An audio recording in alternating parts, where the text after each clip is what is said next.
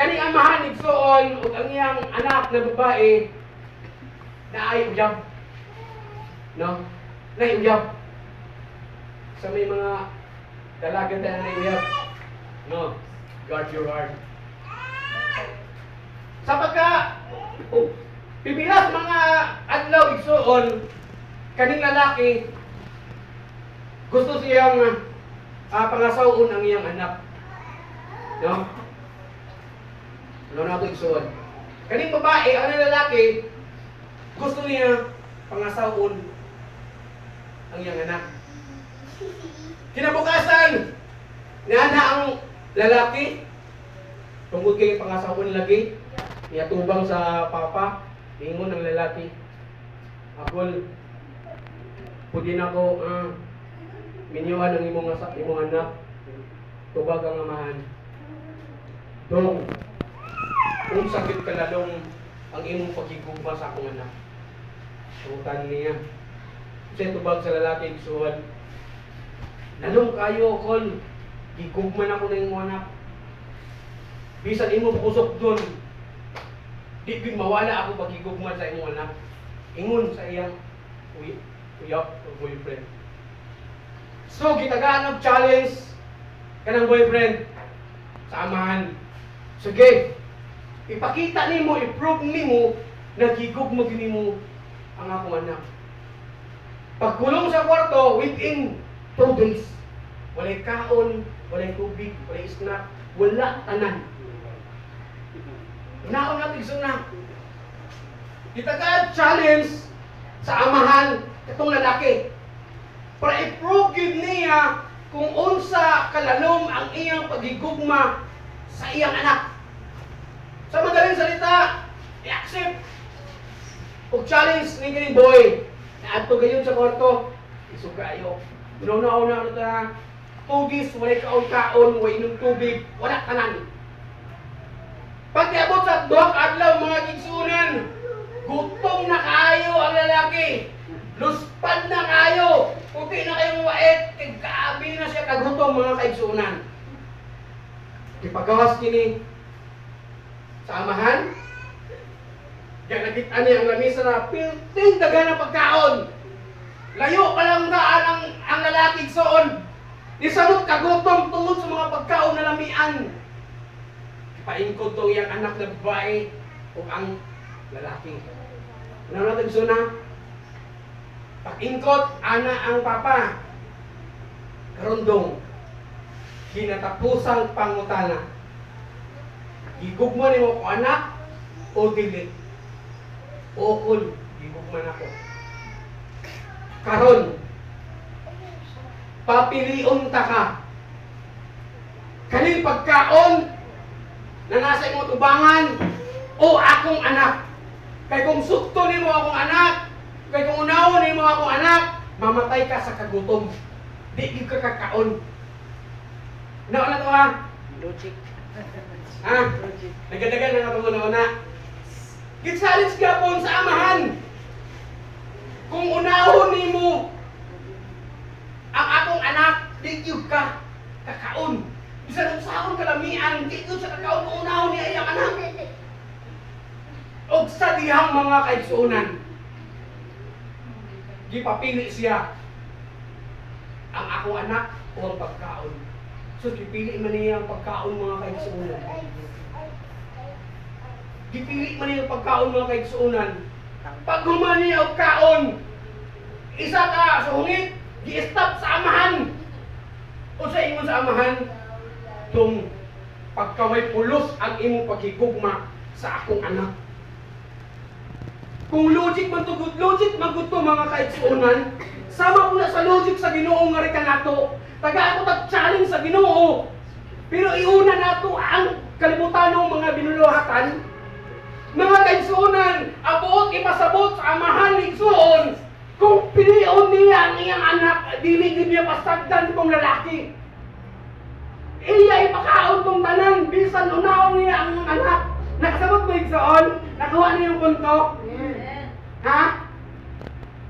Kung ang laki igsuon, kung ang iyang boyfriend, kung giuna niya ang iyang anak, pasagdan niya ang kagutom, ang kasing-kasing sa amahan. Ipakaon gyud to. Amen. Hallelujah. Ing anak ko na akong amahan na nasa langit mga kaigsuonan. Di papili ta mga kaigsuonan, langit ug ang kalibutan, kwarta ug ang langit mga kaigsuonan, pero giuna nato ang mga bahandi diring kalibutan na igsoon, giuna nato ang mga gawain diri sa kalibutan na igsoon, ikaduha ikatulo lang atong buhing Panginoon. Ug kung maingon ta, we love you God, we love you Lord, pero tama na sa istorya, wala sa buhay. Sama sa boyfriend mga kaigsuonan, tungod sa kagutom, wala niya giuna ang iyang uyab. Ang iyang pagigugma, haphaw lang. Wala yun ilalong, pinakailalong sa kasing-kasing ang iyang pagigugma. Kung ang iyang pagigugma gikan sa kailalong migsoon, iya gipuloon ang iyang uyab. Pero no, giuna niya ang pagkaon. Giuna niya igsoon. Yung anak ko ang Kristiyanos mga igsuonan. Pipila ng mga Kristiyanos mga igsuonan, gusto ni Lord na mag-suffer ta, gusto ni Lord, ipadama ni Lord kung asa taman ang atong pagtuo diha kaniya, kung asa taman ang atong pagigugma diha kaniya, bago niya i-release ang mga blessing na ihatag ni anak ko mga kaigsuonan. Hallelujah! Lagis na to igsuon kung unsa gayud si Lord nga sa ato Una-una to na kaigsuonan, kung naka-experience mo igsoon na walang-wala na gyud mo, as in wala na gyud, bigla na moabot ang panalangin sa imong atubangan. Kung kami pa estudyahon igsoon, naka-experience gyud mi anak. Di lang ka isa, di lang ka duwa, mahalan mi, wow! Grabe ka mo plano, Lord. Kung ta sa plano sa tao, grabe gyud ka mo plano, Lord. Usa, mabot man sa point mga kaigsuonan na magluya kita sa pagpangalaga diya sa Ginoo. Mabot man sa point mga kaigsuonan na walang-wala ta, musimba gyapon ta mga kaigsuonan. Wala nag-matter ang Ginoo sa inyong unsa kadagko ang iyong offering na nasa tuwangan. Naguna-una ang Ginoo kung unsa ang atong pagigugma diha kaniya. Kung unahon lang yun nato si Lord, and all these things shall be added unto you. Lamay kayo yung mga promise nga rin kanaton. All, tanan-tanan, nigsoon, isa ra ato pangayo, pero ihatag ang tanan-tanan na apay bonus mga kaigsuonan. Sama sa gibuhat, ni Brad kalituan na akong giangat akong kumpare. Dito ko sa likod, wow, timbaw ko balibo. Kay yaksip, giyang ko na niya igsoon ang dakong kadaugan. Amen. Tungod kay giunan niya ang gingharian sa langit. Kay kung kita mga Kristohanon mga kaigsuonan, kung na-agree, pinakalalong na pagiging mo tawag ang country, di ba ato kwahaalog mga bukog-bukog. Yung anak ko ng pulong sa Ginoo. Kailangan po nato igsuon na magpahinlo sa pulong sa Ginoo. Pero ang uban mga kaigsuonan, dagay mga pastor mga kaigsuonan na sakit, maestro na pulong sa Ginoo, pero mao ka ng katotohanan mga kaigsuonan. Sakit yun ang pulong ni Lord Diskan kami. Masakitan yun, pero mauna yung need nga rin ka nato. Being a father, being ang ginikanan mga kaigsuonan, mutuliid yun na sa anak mga kaigsuonan. Sa pisikal na to igsuon, kita mga amahan, kita mga ginikanan, tuliyon yun na to ang atong mga anak. Para pag-abot sa future mga kaigsuonan, nasa yung umaabot igsuon.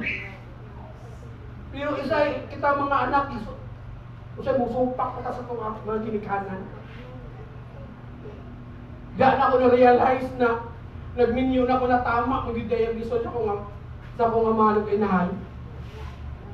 Hallelujah! Mintas buhi patang mga igsunan, mga lagad na tinag-alay sa Ginoo. Hallelujah! Di na to gara-garaan ang pagpangalagad sa Ginoo. Di kay maani sa diri kay kinagaulian lang naman sumba. Kinaugalian ng Sunday, muling bata. Wala tayong layunin na masimba ta.